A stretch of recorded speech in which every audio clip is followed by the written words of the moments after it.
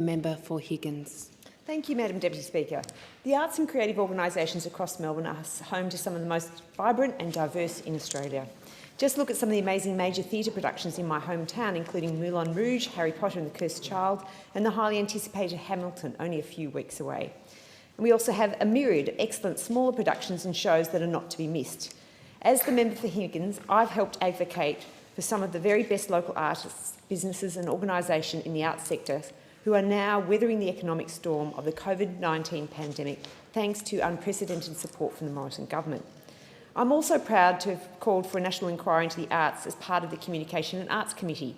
I look forward to the Minister's response to our Sculpting a National Cultural Plan, including a recommendation to develop a national cultural plan to assess the medium and long-term impact of COVID on the sector. Last month, Madam Deputy Speaker, Federal Arts Minister Paul Fletcher came to Higgins and met some of the organisations benefiting from the highly competitive federal government's Restart Investment to Sustain and Expand Fund, which is called the RISE grants, and the popular Live Music Australia grants. We met with the owner of popular nightclub Chasers, Martha Sarmas, and her team, and we learnt how they'll utilise the $36,000 in federal funding under the Live Music Australia program. This grant is supporting them with the installation of audio upgrades and staff training in sound and lighting to produce an even better experience for their loyal clientele. Chasers is actually a popular destination for Higgins' thriving LGBTIQA+ community, as it showcases the very best of the best from the award-winning RuPaul's Drag Race franchise phenomenon. I can't wait to pay Chasers a visit soon when some of the queens sashay into this fierce nightclub.